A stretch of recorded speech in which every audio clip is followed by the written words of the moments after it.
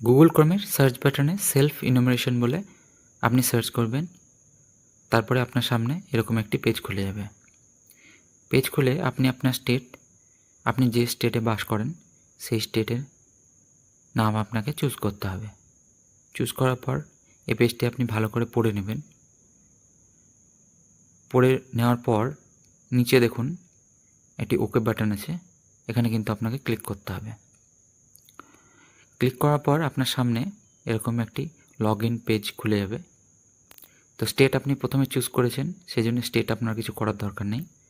এরপরে হচ্ছে name of the head of the house holder. তো যিনি বাড়ির প্রধান, মানে আপনার বাবা হতে পারে, মা হতে পারে, বা আপনি নিজে হতে পারেন। তো যিনি বাড়ির প্রধান তার নামটা কিন্তু এখানে লিখতে হবে। ক্যাপিটাল লেটারে আপনি আপনার নাম সঠিকভাবে লিখে নেবেন, কারণ ভুল করে কোনো কিছু লিখবেন না। লিখে নেওয়ার পর দেখুন নিচে একটা ইমেল অপশান আছে। যদি আপনার কাছে ইমেল থাকে তবে ইমেল অপশান লিখবেন, না হলে ইমেল অপশান লেখার দরকার নেই। তার নিচে দেখুন মোবাইল নাম্বার দেওয়া আছে। এটা কিন্তু খুব গুরুত্বপূর্ণ, কারণ এই মোবাইল নাম্বারেই কিন্তু আপনার ওটিপি আসবে এবং ফর্ম ফিল আপ করার পর আপনার অ্যাপ্লিকেশানটা যে রসিদ সেটা কিন্তু এই মোবাইল নাম্বারে আপনাকে মেসেজ করা হবে। তো মোবাইল নাম্বারটা কিন্তু খুব সাবধানে এবং সঠিকভাবে কিন্তু লিখবেন। এই ঘরটিতে আপনি আপনার মোবাইল নাম্বার সঠিকভাবে বসিয়ে নিন। বসিয়ে নেওয়ার পর নিচে দেখুন এন্টার ক্যাপচার, এবং ক্যাপচারে দেখুন পাশে লোডিং অপশান রয়েছে। তো ক্যাপচার যদি না আসে তাহলে ভয় পাওয়ার কিছু নেই, আপনি এই রিফ্রেশ বাটনে ক্লিক করে আপনি রিফ্রেশ করে নেবেন। যদি বুঝতে না পারেন ক্যাপচারটি তাহলে আবার রিফ্রেশ করে নেবেন। করে নেওয়ার পর যে সংখ্যাগুলো আপনি বুঝতে পারছেন সেগুলো এই ঘরে ভালো করে লিখে নেবেন। লিখে নেওয়ার পর গেট ওটিপি অপশানে ক্লিক করবেন। করার পর আপনার মোবাইল নাম্বারে একটি ওটিপি আসবে, সেই ওটিপিটি আপনি সঠিকভাবে বসিয়ে নেবেন। বসিয়ে নেওয়ার পর এর নিচে রয়েছে আপনার ল্যাঙ্গুয়েজ। আপনি আপনার যে ভাষায় আপনি বুঝতে পারবেন বা আপনার যে আঞ্চলিক ভাষা সেটি আপনি চুজ করে নেবেন। করে নেওয়ার পর আবার আপনাকে ক্যাপচার দিতে হবে। ক্যাপচারটি আপনি বুঝতে না পারলে রিফ্রেশ করে নেবেন, না হলে আর যদি বুঝতে পারেন তাহলে ক্যাপচারটি এই ঘরে বসিয়ে নেবেন। তারপর নিচে ওকে বাটন আছে, আপনি ওকে বাটনে ক্লিক করবেন। ক্লিক করার পর আপনার সামনে এরকম একটি ইনফরমেশান আসবে, যেটা আপনি ভালো করে একটু পড়ে নেবেন। পড়ে নেওয়ার পর নিচে দেখুন ওকে বাটন আছে, এই ওকে বাটনে আপনি ক্লিক করবেন। ক্লিক করার পর আপনি আপনার জেলা চুজ করে নেবেন এবং আপনার পিনকোড আপনি দিয়ে নেবেন। যেটা আপনার পিনকোড রয়েছে সেটা কিন্তু আপনাকে এই ঘরে বসিয়ে নিতে হবে। তারপরে সার্চ বাটনে আপনার গ্রাম বা শহর বা এলাকার, যেটা আপনার বাড়ির কাছাকাছি এলাকায় যে জিনিসটা রয়েছে সেটাকে কিন্তু আপনি সার্চ করে নেবেন।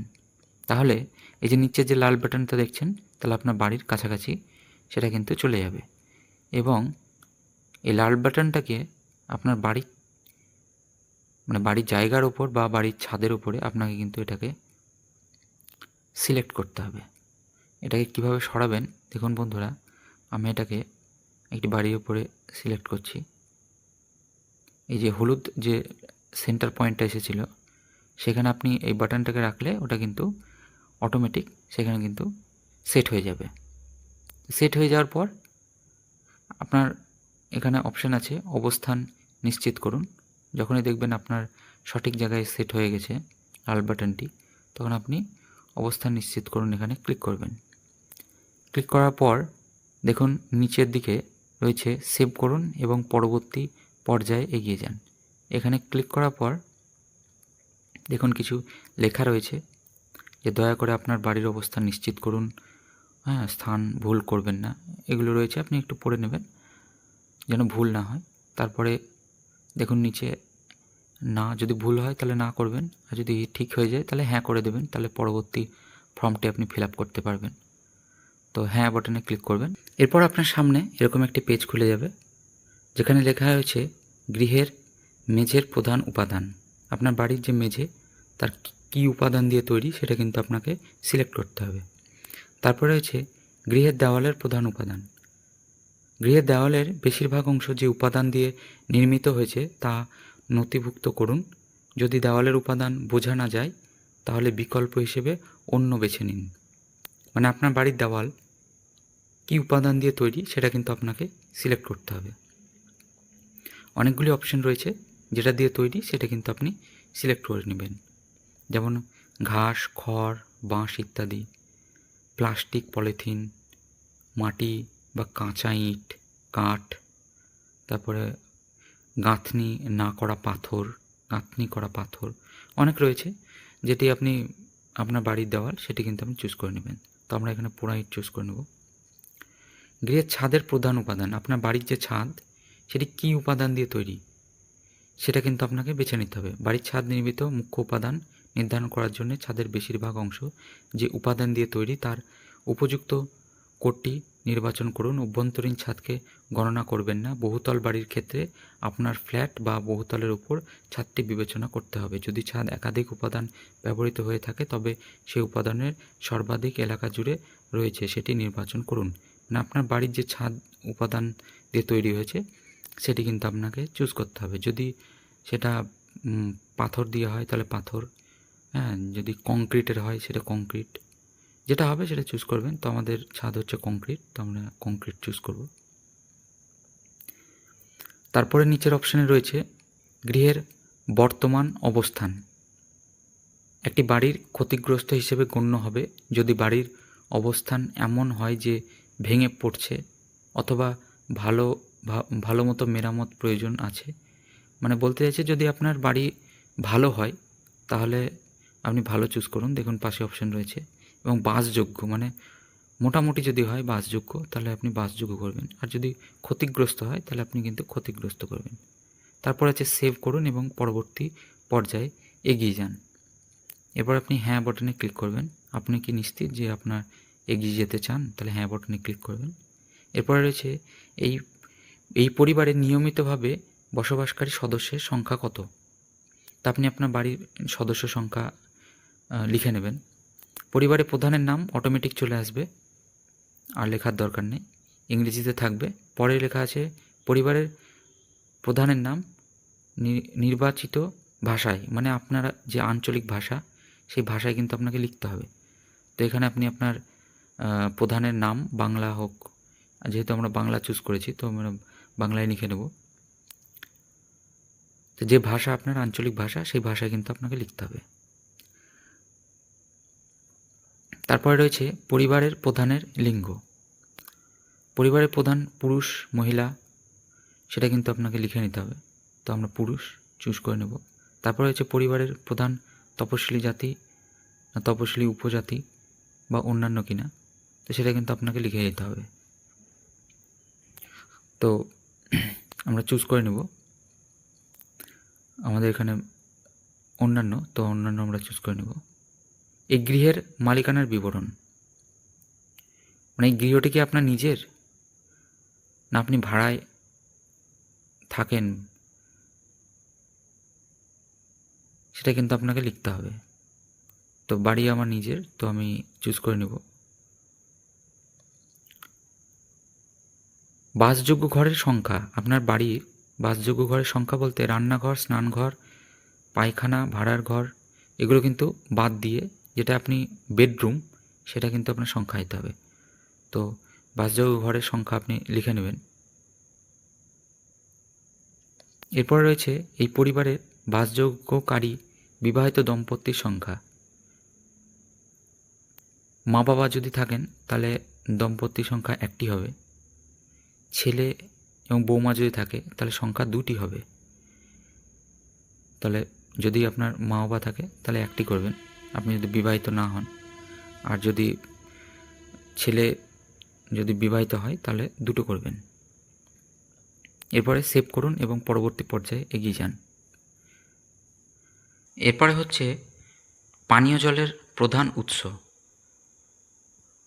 যদি 2টি বা তার বেশি উৎস থাকে পানীয় জলে নেওয়া হয়, তবে সবচেয়ে বেশি পরিমাণে অথবা বছরে অধিকাংশ সময় যে উৎস থেকে পানীয় জল নেওয়া হয় তা নথিভুক্ত করুন।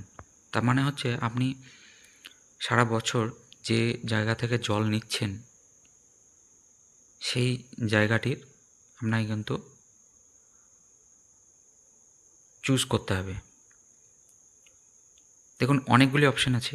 পরিশুদ্ধ কলের জল, অপরিশুদ্ধ কলের জল, কুয়ো, হ্যান্ড পাম্প, টিউবওয়েল বা বোরহোল, ঝর্নার জল, নদী, খাল, জলাধার, পুকুর বা হ্রদ, প্যাক করা বা বোতলের কেনা জল, যেগুলো আমরা কিনে খাই, অনেকেই হয়তো কিনে খান, আর অন্যান্য উৎস। তো এর মধ্যে থেকে যদি আপনি কোনোটিই না হয় তাহলে অন্যান্য উৎস লিখবেন। আর এর মধ্যে থেকে যদি হয়, মানে যদি পরিশুদ্ধ কলের জল হতে পারে, অনেকের হয়তো হ্যান্ড পাম্প হতে পারে, হ্যাঁ, তো বা কেউ কিনে খেতে পারে, বা টিউবওয়েল বা বোরহোলের জল হতে পারে। তো এইটা কিন্তু আপনাকে সঠিকভাবে চুজ করে নিতে হবে, যেটা আপনার প্রধান উৎস হবে জল গ্রহণ করেন। তো আমাদের পরিশুদ্ধ কলের জল আমরা ইউজ করি, তো আমরা এখানে পরিশুদ্ধ কলের জল চুজ করে নেব। তারপরে রয়েছে বন্ধুরা, পানীয় জলের উৎসটি কোথায়? বাড়ির চৌহদ্দির কাছে? যদি পানীয় জলের উৎসটি বাড়ির চৌহদ্দির কাছে থেকে 100 মিটার দূরত্বের মধ্যে হয় শহর এলাকার ক্ষেত্রে এটি, অথবা 500 মিটার দূরত্ব হয় গ্রামীণ এলাকার ক্ষেত্রে, তাহলে এই বিকল্পটি চুজ করুন। মানে আপনার বাড়ির মধ্যে, মানে চৌহদ্দির মধ্যে যদি হয় তাহলে আপনি বাড়ির চৌহদ্দির মধ্যে লিখবেন, আর দূরে যদি হয় তাহলে বাড়ির চৌহদ্দির কাছে লিখবেন। আর একটা আছে দূরে, সেটা আপনি দূরে লিখবেন যদি 100 মিটার বা 500 মিটারের দূরে হয়। তারপরে রয়েছে আলোর প্রধান উৎস। আপনার বাড়ির যে আলোর উৎস সেটি কোথা থেকে? বিদ্যুৎ, কেরোসিন, সৌরশক্তি, না অন্যান্য তেল বা অন্য কোনো উৎস বা আলোর ব্যবস্থা নেই, সেটা কিন্তু আপনাকে লিখতে হবে। তো এখানে আমরা বিদ্যুৎ লিখব।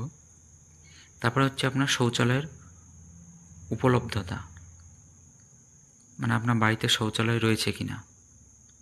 যদি থাকে তাহলে আপনি এটা লিখবেন। কেবলমাত্র এই পরিবার ব্যবহারের জন্য কিনা, বা অন্য পরিবারের সাথে যৌথভাবে ব্যবহার করেন কিনা, সেগুলো কিন্তু আপনাকে লিখতে হবে। আর যদি না থাকে খোলা জায়গায় তাহলেও কিন্তু আপনাকে লিখতে হবে। তবে শৌচালয়ের ধরন, আপনার শৌচালয়টি কেমন, সেপটিক ট্যাঙ্ক রয়েছে কিনা বা কুয়ো রয়েছে কিনা, হ্যাঁ, যদি কুয়ো থাকে তাহলে কুয়ো লিখবেন, দুটো কুয়ো থাকলে দুটো, ঢাকনাযুক্ত বা ঢাকনাবিহীন, সেটা কিন্তু আপনাকে পড়ে নিয়ে লিখতে হবে, যেটা আপনার বাড়ির শৌচালয়ের ধরন রয়েছে। অনেক সময় একটি কুয়ো থাকতে পারে, সেটা কিন্তু আপনাকে চুজ করতে হবে। তো আমাদের শৌচালয় হচ্ছে সেপটিক ট্যাঙ্ক, তো আমরা সেপটিক ট্যাঙ্ক চুজ করে নেব। এরপরে রয়েছে বজ্র জলের নিকাশি করার সাথে যুক্ত, মানে বজ্র জল, মানে রান্নাঘরের বা স্নানের বা কাছাকাছি জলের যে বজ্র জল সেগুলো কোথায় যায়? কোনোভাবে শৌচালয়ের জল কিন্তু হবে না, ঠিক আছে? তো সেটা ঢাকা নর্দমা বা খোলা নর্দমা বা কোনো নর্দমা নেই, সেটা কিন্তু আপনাকে লিখতে হবে। যদি আপনার বাড়িতে ঢাকা একটা নর্দমা থাকে তাহলে ঢাকা লিখবেন, যদি খোলা থাকে তাহলে খোলা লিখবেন, আর যদি কোনো নর্দমা না থাকে তাহলে কিন্তু আপনাকে লিখতে হবে কোনো নর্দমা নেই। এরপরে হচ্ছে বাড়ির চৌহদ্দির মধ্যে স্নানের ব্যবস্থা আছে কি না। যদি পরিবারের স্নানের ব্যবস্থা আপনার থাকে তাহলে হ্যাঁ অপশানে লিখবেন। দেখুন লেখা আছে স্নানের ঘর আছে, স্নানের জন্য ছাদবিহীন ঘেরা জায়গা আছে, মানে ছাদ নেই কিন্তু দেওয়ালগুলো রয়েছে। আর যদি না থাকে তাহলে কিন্তু না অপশানে লিখতে হবে। তো আমাদের এখানে স্নানের ঘর রয়েছে, তো আমরা স্নানের ঘর আছে লিখব। এরপর হচ্ছে রান্নাঘর ও এলপিজি বা পিএনজি রান্নার গ্যাস এর সংযোগ আছে কি না। এই প্রশ্নে রান্নাঘরে উপলব্ধ এবং এলপিজি পিএনজি এর সংযোগ আছে কি না সেই সংক্রান্ত তথ্য সংগ্রহ করা হবে। অনুগ্রহ করে যথাযথভাবে আপনার উত্তর নথিভুক্ত করুন।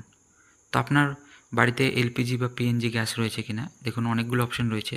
রান্নাঘরে রান্না হয়, এলপিজি পিএনজি রান্নার গ্যাস এর সঙ্গে যুক্ত আছে, এলপিজি পিএনজি এর সংযোগ নেই।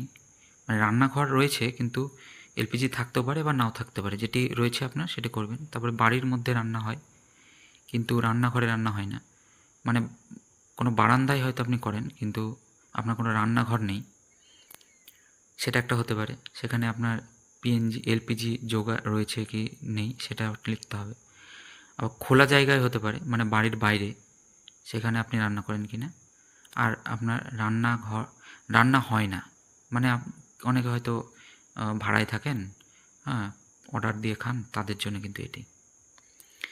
পরের ঘরটি রয়েছে রান্না ব্যবহৃত প্রধান জ্বালানি। আপনি যদি রান্নার জন্যে যে আপনার সবথেকে জ্বালানি যেটা ব্যবহার হয়, সেটা সারা বছরে যেটা ব্যবহার হয় সেটা কি, কোন জ্বালানি ব্যবহার হয় সেটা কিন্তু আপনাকে লিখতে হবে।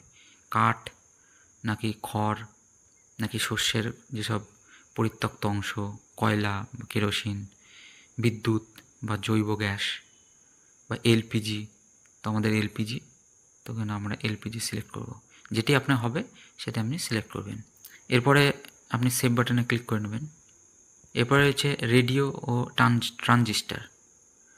আপনার বাড়িতে মানে প্রধানত যে যন্ত্রের মাধ্যমে পরিবারের সবচেয়ে বেশি সদস্য রেডিও শোনেন, তো হ্যাঁ দেখুন, যদি হ্যাঁ হয় তাহলে হ্যাঁ লিখবেন, যদি না হয় তাহলে না লিখবেন। আর যদি হ্যাঁ হয় তাহলে সাধারণত রেডিও সেট শোনেন, না মোবাইল স্মার্টফোনে শোনেন, না অন্য কোনো যন্ত্রের মাধ্যমে আপনি শোনেন, তো সেটাকে আপনাকে কিন্তু সিলেক্ট করে নিতে হবে। আর যদি না শোনেন বা যদি না থাকে কোনোটি, তাহলে কিন্তু আপনাকে না লিখতে হবে। তো এখানে আমরা মোবাইল বা সেটের মাধ্যমে করে নেব। তারপরে হচ্ছে নিচে টেলিভিশন দেখুন, যদি থাকে তাহলে হ্যাঁ লিখবেন। হ্যাঁ লিখলে কী ধরনের টেলিভিশন রয়েছে সেটা কিন্তু আপনাকে লিখতে হবে। আর যদি না থাকে তাহলে না লিখবেন। বিনামূল্যে দূরদর্শন দেখেন কিনা, বা অন্য কোনো ডিটিএইচ রয়েছে কিনা, বা কেবিল সংযোগ রয়েছে কিনা, বা অন্য কোনো সংযোগ রয়েছে কিনা সেটা কিন্তু আপনাকে লিখতে হবে। আর যদি আপনার বাড়িতে টেলিভিশন না থাকে তাহলে আপনি না চুজ করবেন। আর যদি হ্যাঁ থাকে, যে অপশানটি আপনার রয়েছে সেটি ভালো করে পড়ে নেবেন। পড়ে নেওয়ার পর সেটি কিন্তু আপনি চুজ করবেন। এরপরে রয়েছে ইন্টারনেটের উপলব্ধতা। যদি কোনো পরিবারের একাধিক মাধ্যমে ইন্টারনেট ব্যবহার করে বা পরিবারের বিভিন্ন সদস্য বিভিন্ন মাধ্যমে ইন্টারনেট ব্যবহার করে, তাহলে সেই ইন্টারনেটের জন্য যে মাধ্যম পরিবারটি প্রধানত ব্যবহার করে সেটি নথিভুক্ত করুন। তো আপনি যে ইন্টারনেট উপলব্ধ কিনা, প্রথমে যদি হ্যাঁ হয় তাহলে সেটি ল্যাপটপে বা কম্পিউটারে ইউজ করেন সবথেকে বেশি কিনা, মোবাইল বা স্মার্টফোনে করেন কিনা, বা অন্য কোনো মাধ্যমে করেন কিনা, বা নেই, সেটা কিন্তু আপনাকে চুজ করতে হবে। তারপর হচ্ছে ল্যাপটপ বা কম্পিউটার।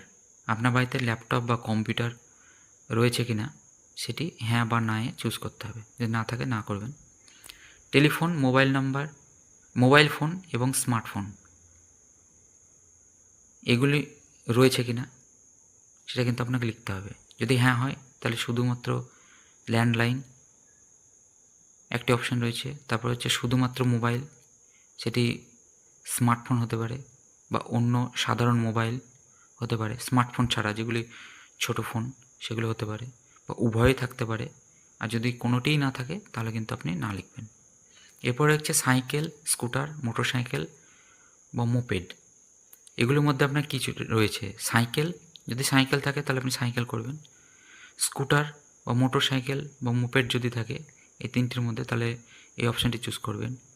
দুটি আছে, মানে সাইকেল বা স্কুটার বা মোটরসাইকেল সবই রয়েছে, তাহলে আপনি দুটি আছে লিখবেন। আর যদি এর মধ্যে কোনোটিই না থাকে তাহলে আপনি কোনোটিই নেই সেটি কিন্তু চুজ করবেন। তো আমাদের দুটোই আছে, তো আমরা দুটিই আছে লিখে নেব। এরপরে রয়েছে 4 চাকার গাড়ি, জিপ বা মোটর ভ্যান। এই 4 চাকার গাড়ি, জিপ বা মোটর ভ্যানের মধ্যে আপনার কী রয়েছে? যদি হ্যাঁ হয় তাহলে হ্যাঁ লিখবেন, না থাকলে না লিখবেন। পরিবারটি প্রধান কোন খাদ্যশস্য গ্রহণ করেন? পরিবার যদি একাধিক খাদ্যশস্য গ্রহণ করেন তাহলে প্রধানত যে খাদ্যশস্য বা খাদ্যজাত দ্রব্য বেশি উপাদান মানে বেশি ব্যবহার করেন সেটি কিন্তু আপনাকে লিখতে হবে। মানে সারা বছরে আপনি সবথেকে বেশি কোনটা খান সেটা আপনি লিখতে হবে। তো ওখানে ধানজাত দ্রব্য আমরা লিখে নেব। এরপরে আপনি ড্রাফট হিসেবে সেভ করে নেবেন। তারপরে রয়েছে নিশ্চিত করুন এবং সাবমিট করুন। এটা করার পর এটা কিন্তু আপনার ফাইনাল সাবমিট হয়ে যাবে। তো হ্যাঁ অপশানে ক্লিক করলে আপনি কিন্তু আর চেঞ্জ করতে পারবেন না। দেখুন লেখাই আছে তথ্য পরবর্তীতে পরিবর্তন করা যাবে না। তারপরে আপনার দেখুন সামনে চলে এসেছে আপনার জনগণনা আইডি নাম্বার এবং সফলভাবে জমা হয়ে গেছে। এটি আপনার ফোন নাম্বারে মেসেজেও কিন্তু দিয়ে দেবে, চিন্তার কোনো কারণ নেই। আর যদি আপনি মনে করেন যে এটা একটা সেভ করে রাখবো, সেভ করে নেওয়াটাই ভালো। আপনি একটি পিডিএফ হিসেবে সেভ করে রাখবেন। অনেক কারণে মোবাইল ফোনে মেসেজ নাও আসতে পারে, তো আপনি কিন্তু এই নাম্বারটা সেভ করে রাখবেন, পরবর্তীতে প্রয়োজন পড়বে। ধন্যবাদ।